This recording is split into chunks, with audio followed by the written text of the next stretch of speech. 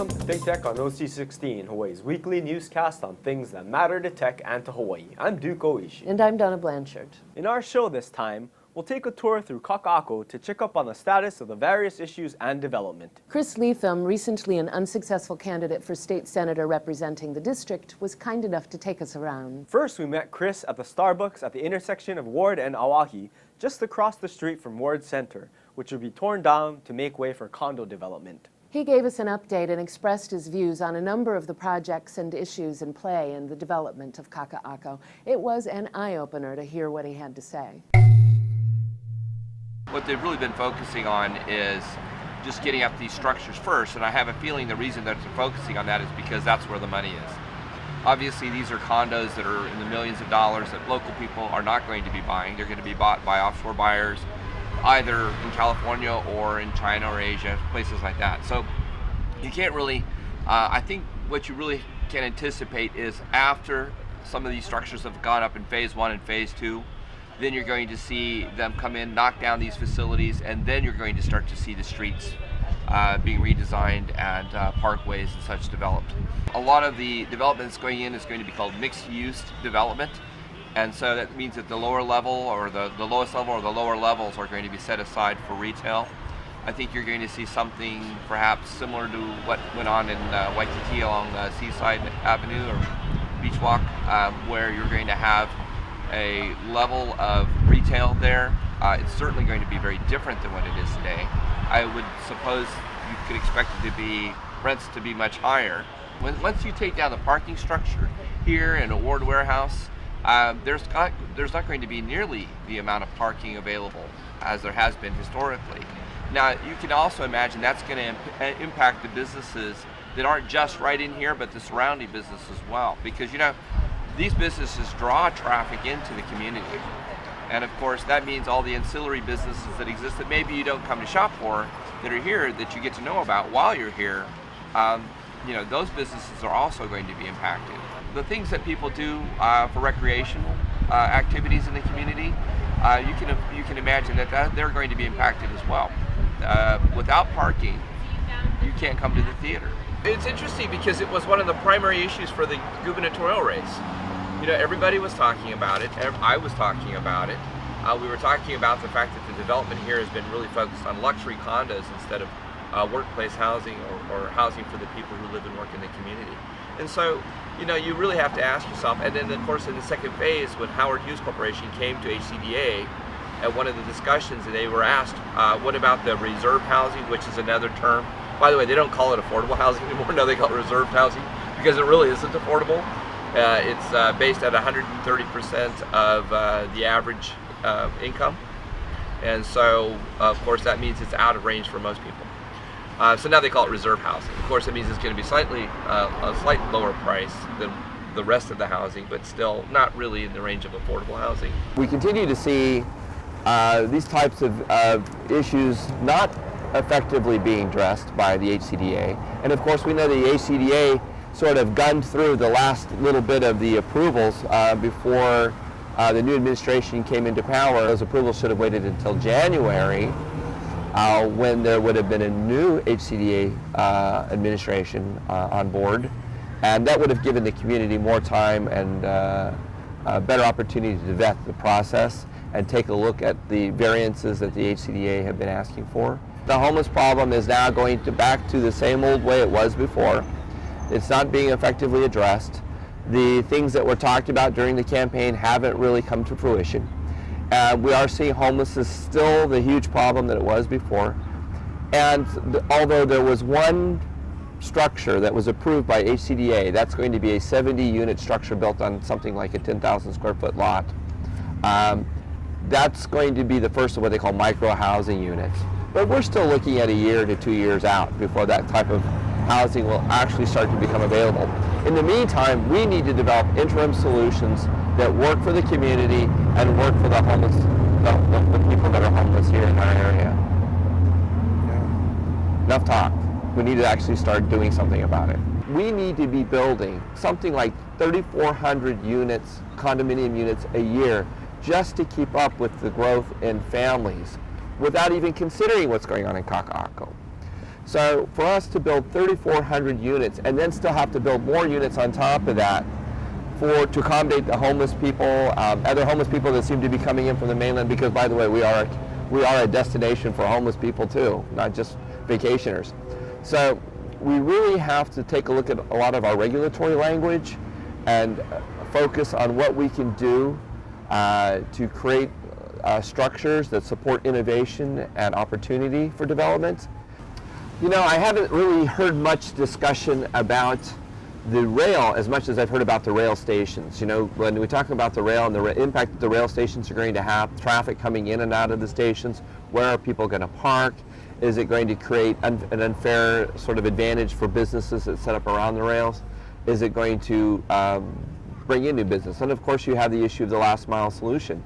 That means the people that are going to use the rail aren't necessarily going to be stopping at Ala Moana. They're going to want to travel on to UH or to some of the private schools that exist in the area, businesses in Waikiki.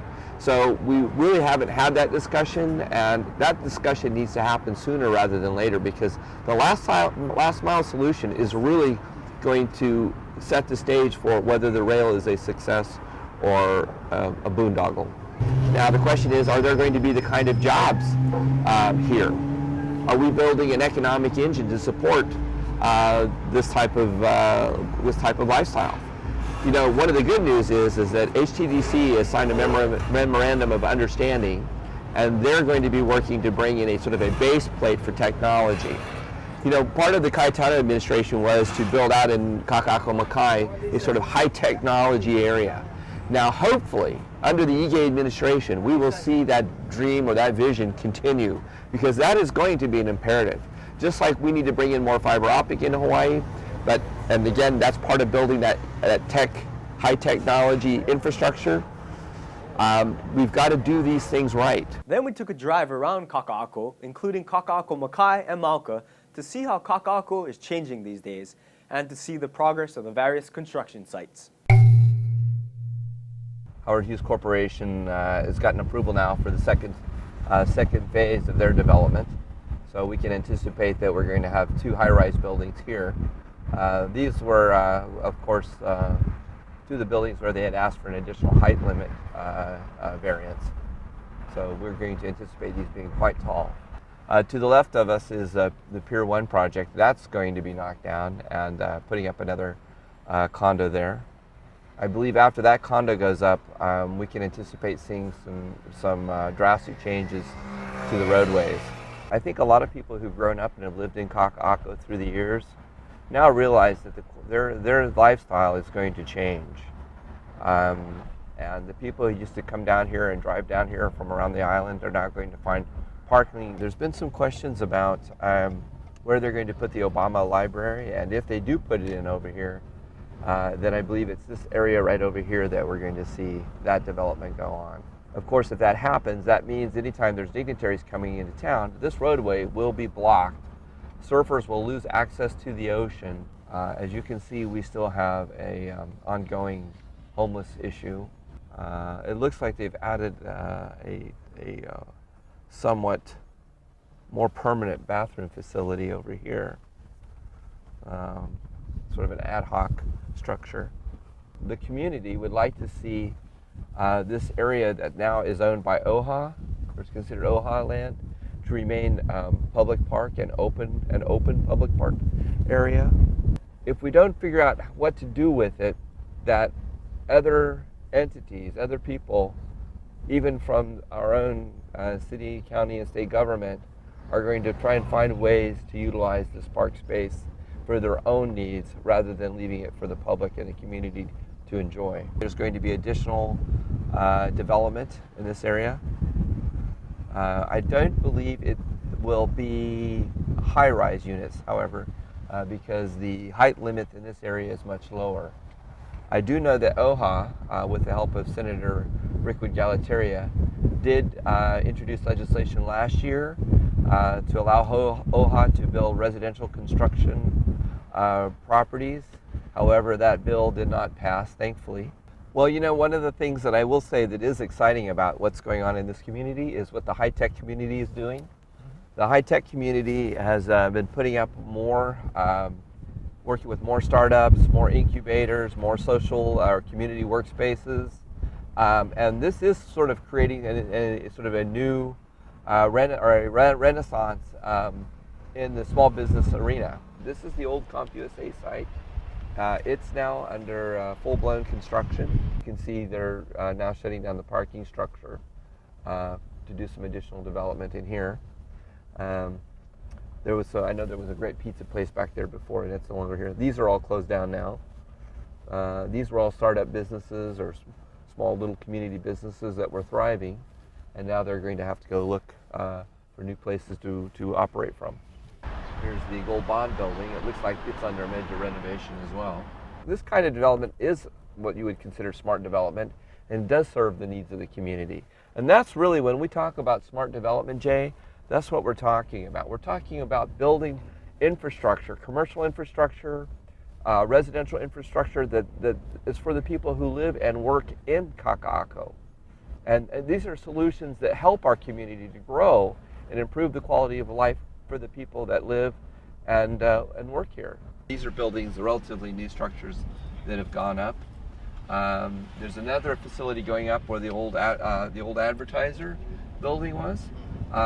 The second phase of that structure has now been approved, and if they haven't begun construction, we'll begin construction shortly. So this is Ke'olelai. These are very expensive units. You know, there's a concept called viewways.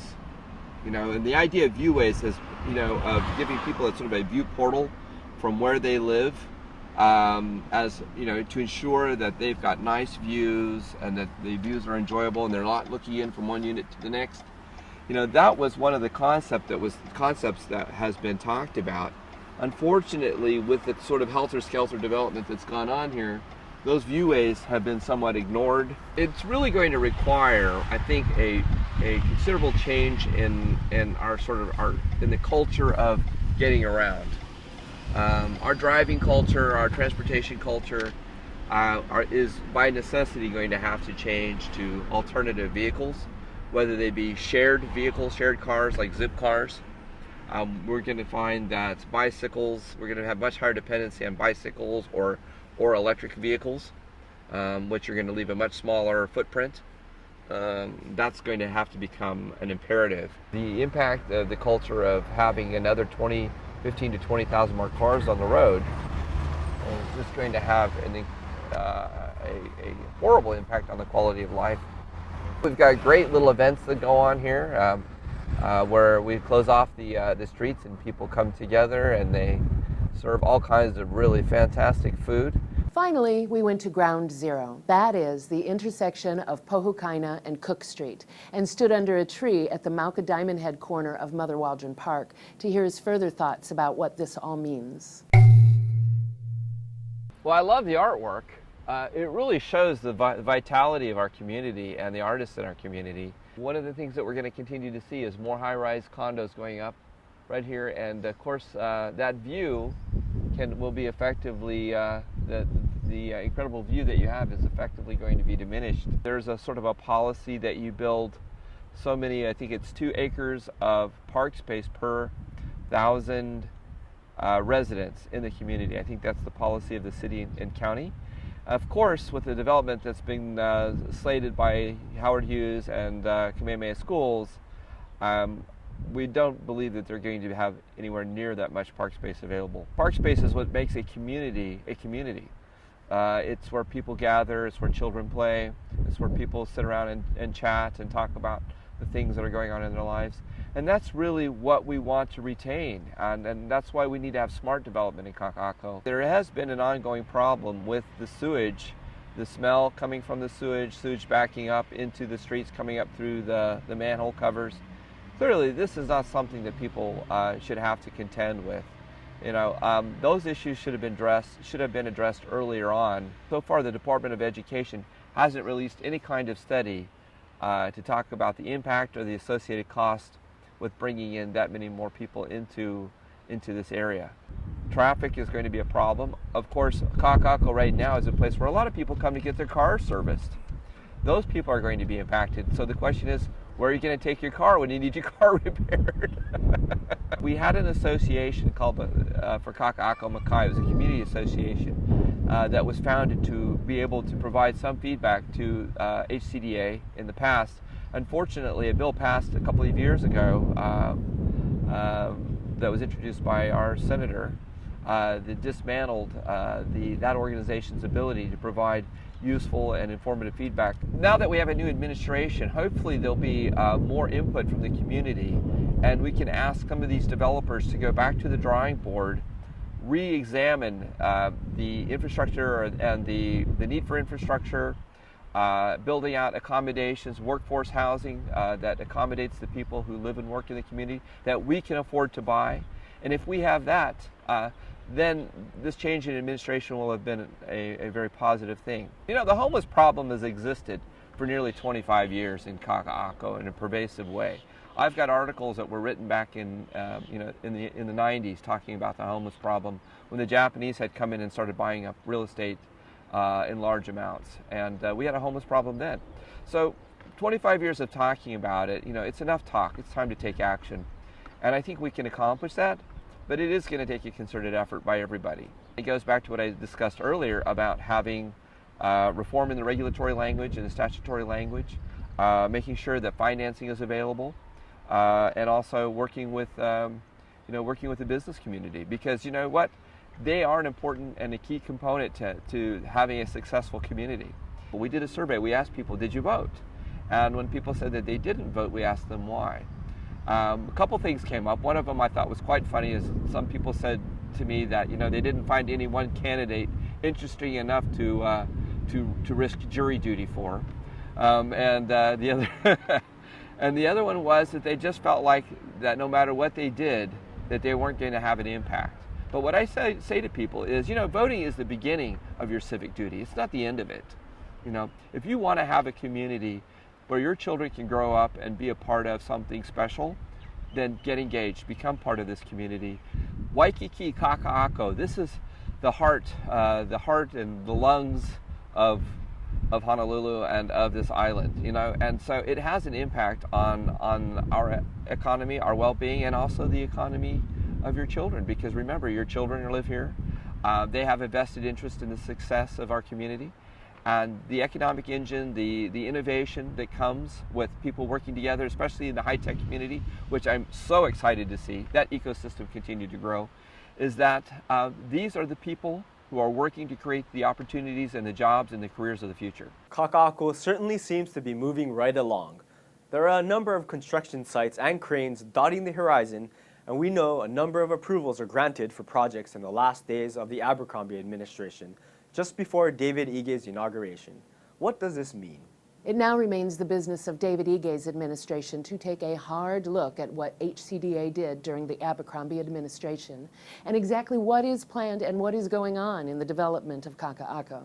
Kaka'ako is the biggest development area in the downtown of the city and will redefine the city and thus the state.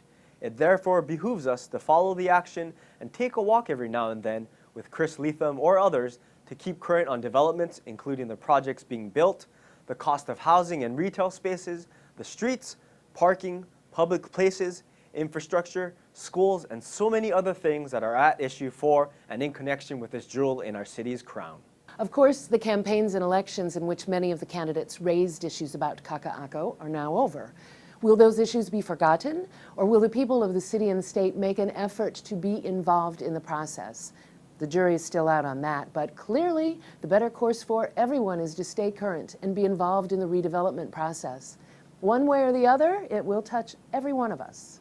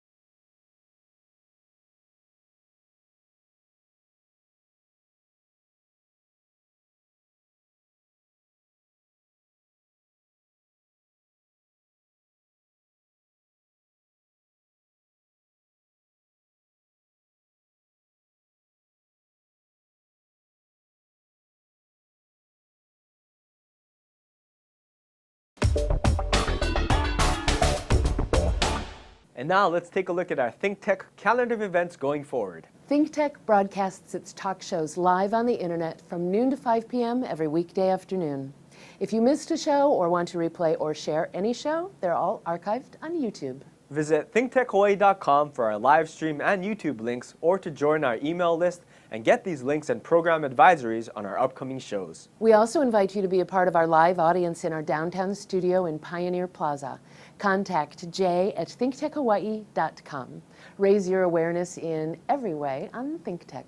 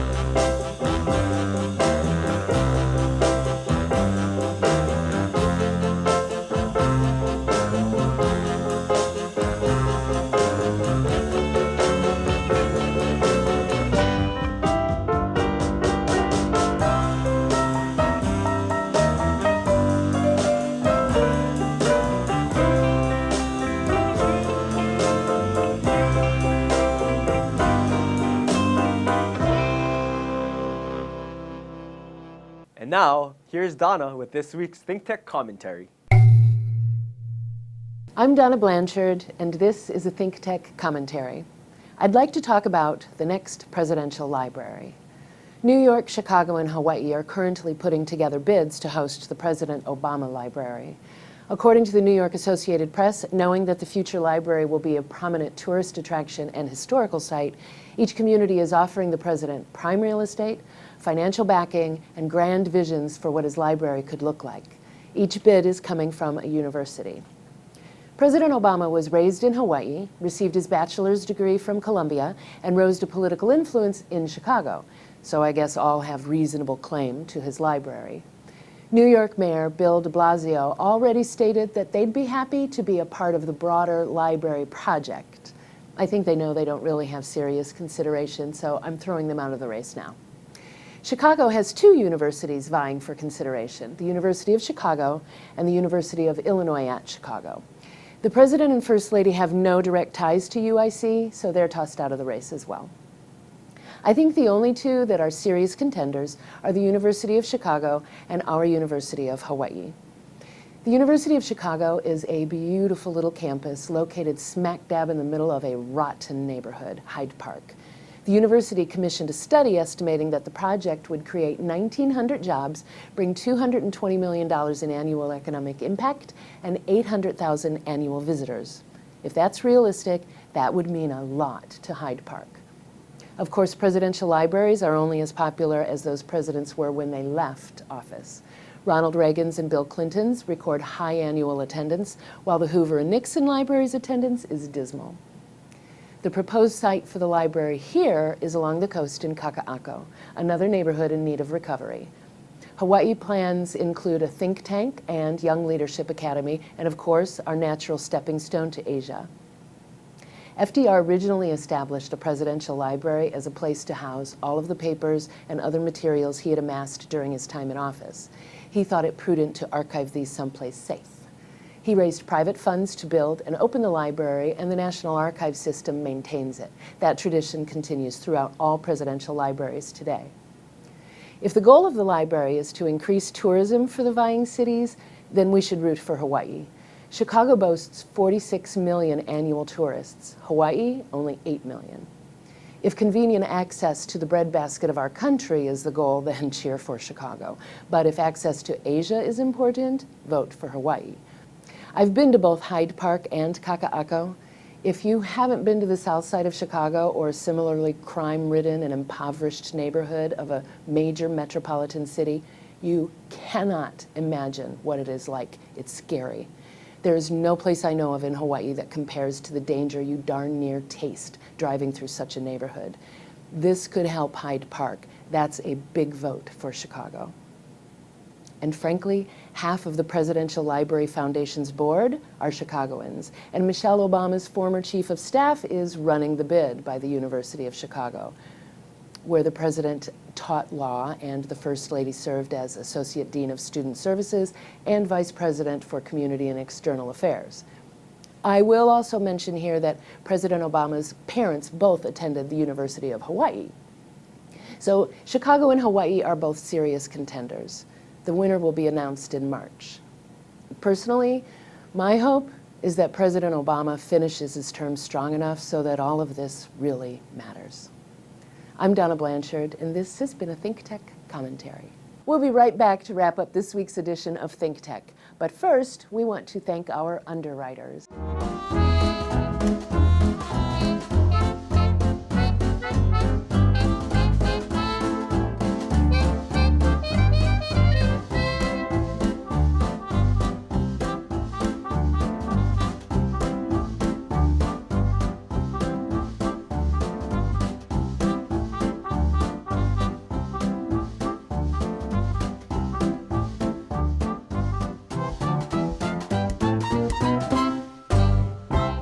Okay, Donna, that wraps up this week's edition of ThinkTech. Remember, you can watch ThinkTech on OC16 several times every week. Can't get enough of it, just like JFI Dell does. For additional times, check out oc16.tv. Definitely, Duke. For lots more ThinkTech videos and for underwriting and sponsorship opportunities on ThinkTech on OC16, visit thinktechhawaii.com. Be a guest or volunteer, a producer or intern, and help us reach Hawaii. Thanks so much for joining us on ThinkTech and for supporting tech, energy, diversification, and globalism in Hawaii. You can watch this show throughout the week and tune in next Sunday evening for our next important weekly episode. I'm Duke Oishi. Aloha, everyone. I'm Donna Blanchard. See you next time.